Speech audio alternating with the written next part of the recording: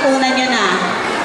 Kaya muli po sa inyong lahat na nandito, ang inyong lingkod ko si Hala Cecil Mayo, kasama ang ating Congressman Maggie Gunigundo, Mar Morelos, Boy Carion, Keng Manalaysay, Jazz Antonio, Tyson C, Johnny Tan, at Kagawad Moises Beltran. Bumabati kami sa inyong lahat ng congratulations at naway maging maginhawa ang buhay natin lahat. Maraming salamat po.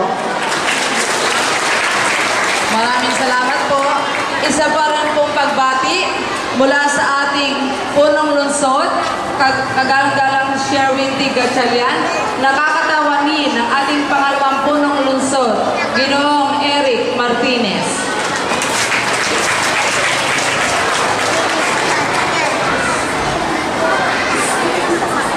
Magandang hapon sa ating lahat. Magandang hapon po.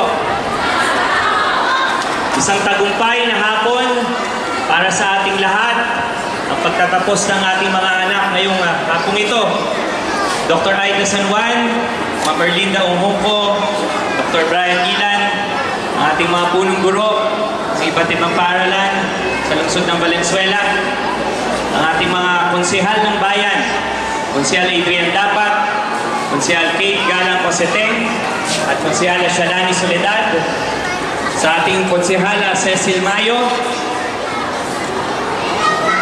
at sa inyong mga guro. Ako po'y may maikling kwento. Gusto niyo ba ng kwento, mga bata? Ito naman ang huling graduation pupuntahan ko ngayong hapong ito, kaya hayaan niyo makapagkwento ako ng maikli. Sa isang bayan sa Estados Unidos, ang bansang United States of America, ay may isang kabataan na nangarap. Nangarap na maging matagumpay. Gaya niyo mga magulang nangangarap ng tagumpay para sa ating mga anak. Sa edad ng 22, siya ay sumulong sa isang negosyo na may layuning yumaman at maging matagumpay. Ngunit siya ay nabigo. Nalugi kagad yung negosyo niya. So, sumunod na taon, sa edad na 23, siya naman ay tumakbo bilang konsehal. Natapos ang negosyo, malas sa negosyo, tumakbo sa politika. Sa edad na 23, tumakbo siyang konsehal at siya ay natalo. Sumunod na taon, sabi niya, susubukan uling magnegosyo.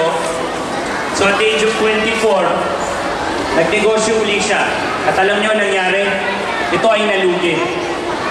So sabi niya, I had enough of business and politics. Siguro magpapakasal muna ako.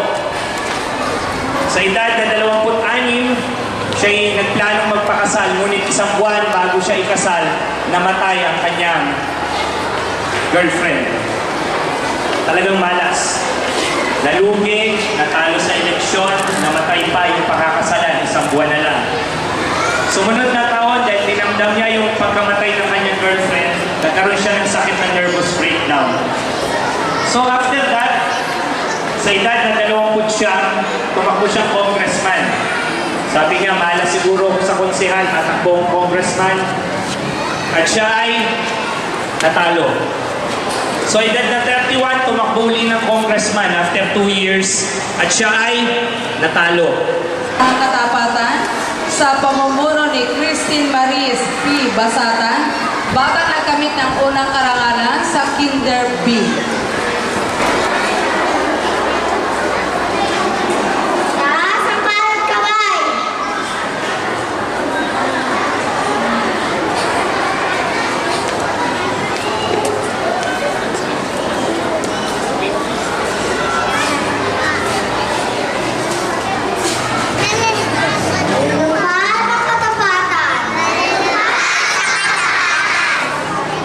Napangako namin